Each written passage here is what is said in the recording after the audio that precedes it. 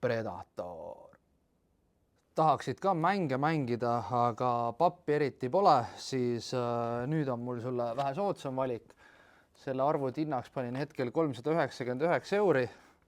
Vaatasin ka settingute poole pealt, et GTA 5 mängis high settingutega 75 FPS-i, CS-is oli üle 150 FPS-i, seega mängimisega peaks nagu hakkama saama.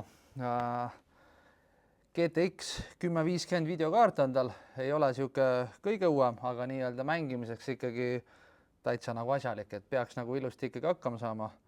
Hea on see, et ta on 17-tollise ekraaniga, et sihuke üsnagi suur, ei ole eraldi monitori vaja, et peaks mängimisega täitsa mugav olema. Aga ta on raske, 2,8 kilo kaalub see pilla.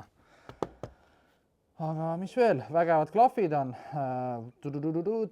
värvilised ja puha, klaveri valgus on ka olemas. Üks miinus asjal on näiteks siin. See klahv siin on natukene irvakil. Seega panin ta müüki defektsena ja sellepärast ongi siuke hind. See defekt on muidugi üsna nagu mõttetu, sest see on tõesti üsna kasutu klahv ja ta mis lahti ka nagu ei ole, aga ta lihtsalt on irvakil seal. On ühesõnaga defektiga. Ja tahad selle arvuti kohta, selle Predatori kohta rohkem infot, siis mine üksit.ee. Üleval menüüs on seal defektiga valik ja sealt leiad selle ülesse.